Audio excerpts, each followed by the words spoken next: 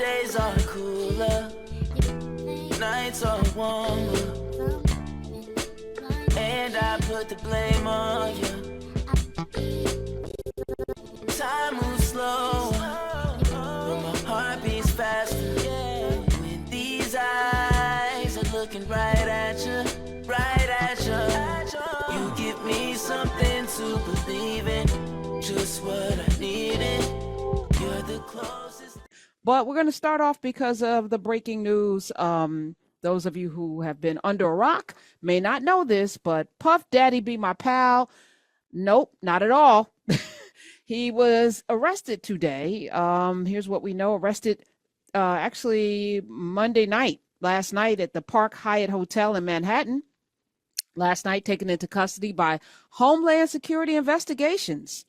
After months of controversy, lots of jokes, lots of insight, lots of Cat Williams, a lot of things happening, a lot of Jaguar Wright, a lot of Gene Deal, a lot of things coming to the forefront. Well, it's finally come to a head and the thing has popped. Federal indictment unsealed today revealed that Sean Combs faces a number of charges. U.S. Attorney Damian Williams describes the evidence seized during the raids that we all saw on Sean Combs' residences, which included ammunition, AR-15s, and 1,000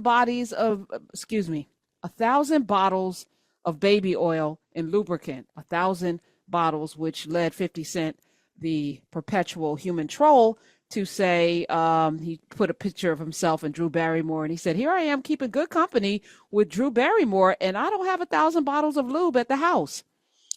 Yeah, there'll be a lot of jokes. I lead off this story because I wanted to have a larger conversation because many people are going to, of course, talk about the case and we all knew and blah, blah, blah. I feel like there's going to be a lot more indictments. There's going to be more people, a lot of other people coming in. But I just want to read a little bit from I printed out all of the pages of United States of America versus Sean Combs, a.k.a. Puff Daddy, a.k.a. P. Diddy, a.k.a. Diddy, a.k.a. PD, a.k.a. Love, defendant. Sealed indictment 24 CRIM. I don't know what that means. Maybe our guest can let us know. 542, count one, racketeering conspiracy. The grand jury charges. Number one, for decades, Sean Combs, a.k.a. all the AKAs I just gave you, the defendant, abused, threatened, and coerced women and others around him to fulfill his sexual desires, protect his reputation, and conceal his conduct. To do so, Combs relied on the employees, resources, and influence of the multifaceted business empire that he led and controlled, creating a criminal enterprise whose members and associates engaged in and attempted to engage in, among other crimes, sex trafficking, forced labor, kidnapping, arson, bribery, and obstruction of justice. Number two, Sean Combs, a.k.a. all those AKAs that I told you, the defendant, operated his business headquartered at various times in Manhattan and Los Angeles under a variety of U.S.-based corporate entities, including Bad Boy Entertainment, Combs Enterprise, and they list all of that. Number three, at times relevant to this indictment, Sean Combs, defendant, engaged in a persistent and pervasive pattern of abuse toward women and other individuals. This abuse was at times verbal, emotional, physical, and sexual. As part of his pattern of abuse, Combs manipulated women to participate in highly orchestrated performances of sexual activity with male commercial sex workers. At times, Combs and others acting at his direction, made arrangements for women and commercial sex workers to fly to Combs's location. Combs ensured participation from the women by, among other things, obtaining and distributing narcotics to them, controlling their careers, leveraging his financial support, and threatening to cut off the same and using intimidation and violence. Then there's physical abuse, and it goes on for, I think I printed out 15 pages. Joining me to talk about this, she was a former federal prosecutor, so she knows a little bit about these federal cases. She's also the host of the Laura Coates Show, which you can watch on CNN, 11 p.m. on CNN, and she also is the host of the Laura Coates Show right here on SiriusXM. Let me welcome formerly of Urban View, Laura Coates. Welcome. Yay! Hey, how you Hello. doing, Karen? How you doing? This is Hey, crazy. I'm doing it well. To quote another rapper who's not indicted, No, LL is certainly ma'am. not in this category. This is when No. I tell you I read this, and of course you read the pages. There is a presumption of innocence. I want to put that out there right now. The allegations, though, that are contained in this filing are unbelievable. You're talking about mandatory minimums, if they're able to prove this, of at least 15 years per charge, not the least of which can be added up and added up according to all of them. And you're talking about the seriousness of a criminal enterprise, which normally these RICO cases, as they call them, racketeering, et cetera, this is for the mob. But really what it means is you have engaged in a pattern of behavior to commit violations of the law, normally involves going across state lines, that you have a criminal enterprise where there is some level of agreement about what you're going to be doing. You don't have to have the agreement. People from the different part enterprise don't even need to know each other. But the fact that this is being charged the way it is, after the raids on his home, after the ability to seize property and recorded evidence and beyond, it's stunning. Okay. Now, I've often said, because this is what I read, that when the feds come for you, they've been watching you for a long time. They're not just going to come in half baked. They have a mound of evidence. They're just not going to roll up and arrest you or seize property. They have been watching this man for years. So tell us a little bit. As somebody that's inside, has been inside those spaces? Well, let's just clarify. I haven't been in Diddy spaces. let me just put No, that out there no, right the federal now. on the federal prosecution side, Laura. Come on. I feel like we have to clarify with these charges out there. But let me just say, you are absolutely right. All right. One of the problems of having, one of the criticisms of the federal government and the weight of the Department of Justice is the weight of your name being on the other side of a V. It is no small feat. It is nothing to sneer at or be dismissive of. There is a weight of the federal resources and different agencies that can combine together to pool their resources, pool their actual personnel in order to accomplish an objective of finding out whether a crime has truly taken place. And when you've got the weight of the government against you in that fashion, you're at a couple of disadvantages. Number one, in spite of a presumption of innocence, you're not kept apprised of every single step that is being taken to keep you ahead and proactive to defend against what's going on. Number two, you may not be privy to information until after it is too late and you've already been charged with the crime, which means as well, number three, if there's a grand jury that's being impaneled, remember, a grand jury has the ability to subpoena information. They have investigative powers. They have the ability to question witnesses. It's done under the cloak of secrecy. The defendant can't be there. A lawyer can't be present to try to talk to a witness. This is all done under secrecy, and it's intended to not be transparent, Karen, because they want to put on the grand jurors the ability that a prosecutor cannot do for a felony, which is only a grand jury can indict you on a felony charge. So the prosecutor is saying, here's the evidence that I think is there to show probable cause, not beyond a reasonable doubt, but probable cause that the person that is the suspect is a person who probably caused a particular crime to occur. Now, when this happens, and you've got the weight of this, you have different guardrails in place, including having to get a warrant. You have to show that the items that you believe are criminal can likely be found in the particular places that you want to search. You can't just say, hi, judge, I'd like you to sign off on a search warrant.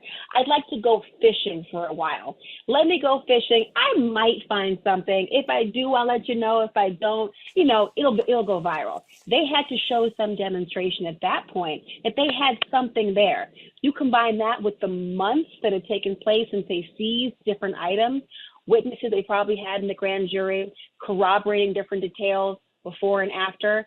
That's why the weight of evidence gets you to a point where a U.S. attorney can go before a camera, can unseal a record and unseal an indictment and say, this is what we believe we can prove beyond a reasonable doubt. Mm. So on this sealed indictment, it's 24 counts, I guess.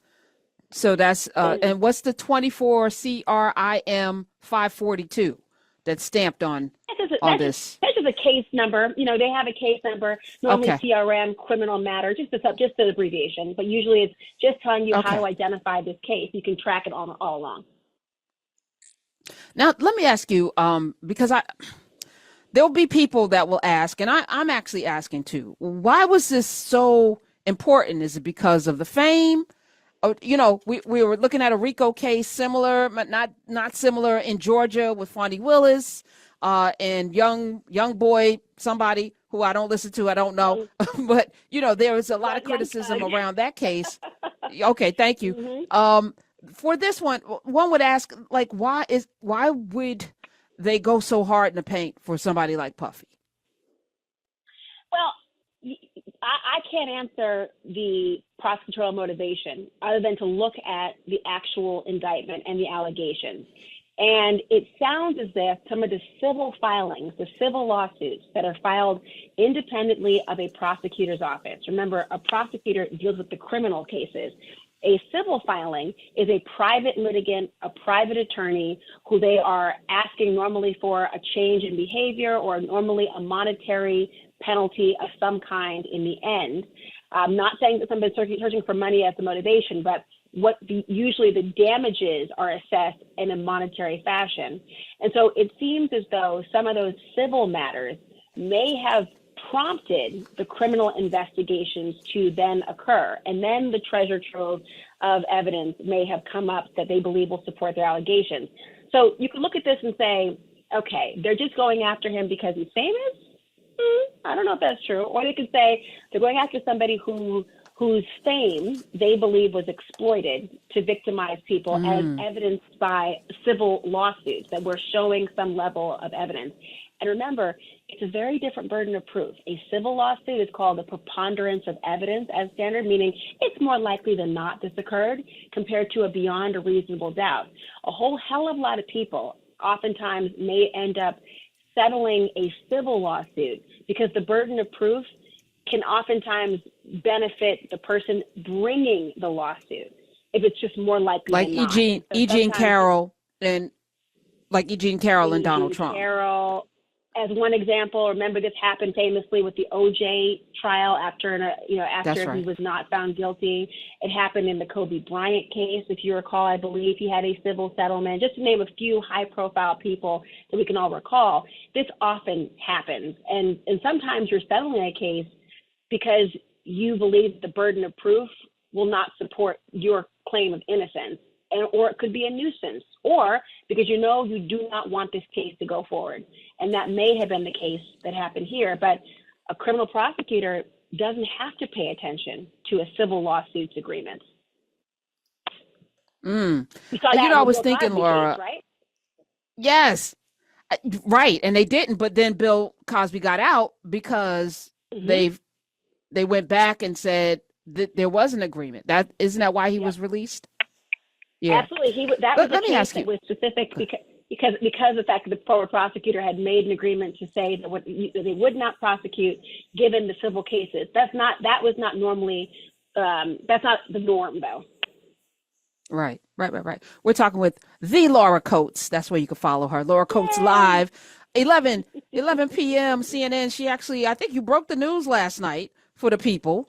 That Puff Daddy was P. Diddy, Brother Love, PD, all of the other names here, was arrested in all the names, Park Hyatt Hotel. I was thinking today, had he just paid Cassie the money, had he just paid the lady and not gone and done the video and done all these other things with Russell Simmons at his place or whatever, had he just paid this lady her money, maybe he wouldn't be sitting here right now.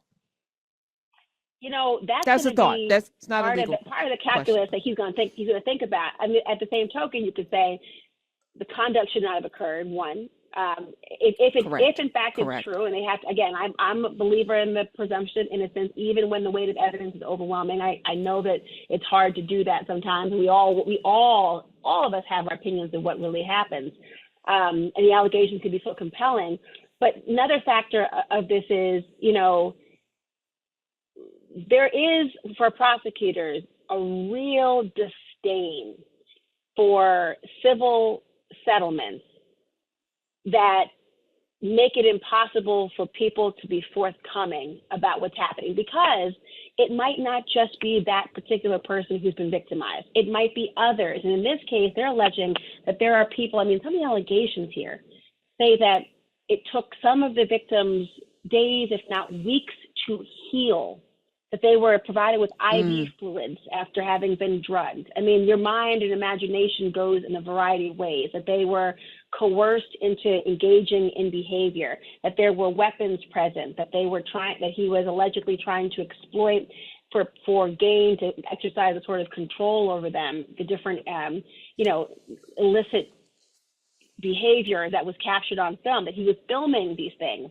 And so when you look at this overall, perhaps one civil settlement that settled out of court before anyone knew about it, that could have had the effect of silencing this all, yes. But then again, Karen, that could have had the effect of silencing this all. And if this conduct can in fact be proven beyond a reasonable doubt, I don't think silence is appropriate. We shouldn't want it to be. Yeah. Mm-mm. I have so much more that I want to ask you, but I know you're going to cover a lot of this tonight. Who all will be on as guests on your show tonight? Oh, we are going to unpack this indictment for everyone. It is so important to do so. It's so important to go through and talk about what it really means. Because as I got my beautiful start with you and on this and our friendship and how we have always been in tune with trying to explain what it is so everyone's on the same page. It's really important, not just the guests who are coming on to talk about, their relationships or their interactions or what, their thoughts are, but explaining that when you hear things like RICO and racketeering and sex trafficking, I think we all have preconceived notions of what that means. And the problem with those preconceived notions is that it clouds your ability to see whether the evidence truly stacks up. Whenever we hear a case called like an espionage act, your immediate thought is you're talking about Jason Bourne, you're talking about spies, you're talking about Hollywood movies, when in reality, it could be something very different that has to be proven in a court of law. So I'm going to break that down. But also there's a cultural shock to this. Isn't there for you? We know that it's impossible to know. Listen. To know everything about a person. But damn. So about 12, 13 years ago, I sat with Gene Deal. I have tapes and tapes and tapes, hours and hours. I spent months and months with him. As a publisher, as you know, I was going to publish the book, but I couldn't corroborate legally. I didn't want to, I didn't want to end up in court because the man is litigious. And I already had a run-in with him at the New York Daily News. I had the headline, Puffy had a gun. That was my headline in the New York Daily News. So I spent time in court with him and watched him beat a case that everybody said he had a gun that night. And Shine went to jail. I was in court covering that for the New York Daily News as a news columnist. So, to publish Gene Deal's book would have been, would have put us in I didn't think that we could navigate that.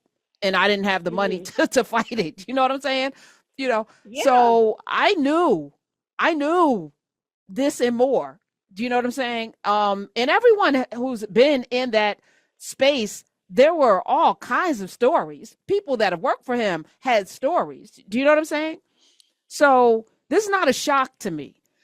I guess the question I have for people, because just like R. Kelly, which wasn't a shock either, it's a shock that it took so long. But I think what shocks me more than anything is our willingness to defend people who are causing harm to us. Most of the victims look like me and you, Laura Coates. Do you know what I'm saying? Probably maybe a little lighter skin in the case of Cassie. But, these aren't, you know what I'm saying? These are our people that are having these horrible things happen to them and having to live with it. And worse, be demonized by a community that says you asked for it, or you shouldn't have been there, or what you're only doing this for money. Do you know what I'm saying? So it's an interesting water to navigate. And you've been here, you've been on the radio long enough to know people still to this day are going to defend Bill Cosby, defend R. Kelly. Anytime I have a Dream Hampton on, or anyone talking about the Me Too movement, to Tarana Burke, there's going to be people calling to say these women are somehow doing something for personal gain. So it's one of those tightropes that we walk with this. Well, first of all, you should continuously, I know you're very humble, but you should be applauded because you have been unapologetic about covering stories. Before Me Too was a movement, it was on Karen Hunter. Before people were talking about the idea of believe women, it was on Karen Hunter. You were challenging it then. And what's so unsettling is that it has become so ingrained in our collective psyche that to doubt, we've been conditioned to doubt. That's why you're able to have scenarios where you can have allegations of somebody exploiting that very dismissive attitude to lord over a potential victim and further victimize that person, that no one will believe you, that I can do that they will be able to exploit you and seize upon that level of misogyny. And I think it's just so stomach turning, especially when you think about the fact that some of these charges and the allegations stem from conduct late into 2023. So people think that civil cases are somehow going to be the panacea and the solution for stopping emboldened behavior. Well, just look at the allegations and the dates of them. Again, I say it again, even though there's a way to the federal government, you still got to prove your case. It's not enough to put it down and just say, here, now everyone has to believe me. They got to prove the case. They got to prove these charges. But I think what you won't see is some sweetheart deal. I think what you won't see in cases like sexual trafficking and beyond, you're not going to see, okay, well, you know what, you said you're sorry. Let's slap on the wrist. These charges are very serious, very serious. And I wouldn't be surprised if these weren't the end of the charges, if these were not the end of the charges. As more people may come forward. I mean, just last week you heard from, what was her name, Dawn from Dawn, yep. Danity Kane. From Danity Kane. Asserting, right. This is going to be interesting. I was going to ask you, but maybe it's an unfair question, to put on the hat, like, and I don't even want the answer to this, how he could possibly get out of this. I don't want to know the answer to this. I don't want to know the answer. Well, honestly, the word's a general one. The only defense he can give is consent, right? That there's somehow consensual behavior, that this was not people being trafficked, that they were consenting to voluntary travel, that willing adults were being engaged in behavior that they were consenting to. Now that's just a part of what we see in the sliver of it. But we've seen, and just back to your point about how as a society we judge oftentimes survivors of abuse differently. Think about the R. Kelly, and people thought there's no way you're going to be able to prosecute somebody on this idea of coercion, that there was mind manipulation. Either you followed him or you didn't. You had your mind. You remember all the different people were saying. Well, juries saw it differently. Courts have seen these things differently, and they're looking at mental, emotional, and verbal and physical abuse and sexual abuse on the same plane these days. And I think that will go a long way to stopping predatory behavior. Yes, and that should be the goal. Like, we should want to live in a world where human beings should not have to be drugged and have horrible, horrific sexual acts committed upon them while they're not in their lucid minds in this country. And we should not be okay with that on any level, any place. No, we shouldn't be. You're right. You're absolutely right. And the problem is we're in a shoulda, coulda, woulda world now. And we know better. So when we do better. Yes, we do. Well, you're doing better. I'm extremely proud of you. I wanted to ask you a bunch of other stuff, but you'll come back. Laura Coates. Yes. Tonight, 11 p.m. I never really left. Yes. You never, that's Clay's line. He ain't never really gone.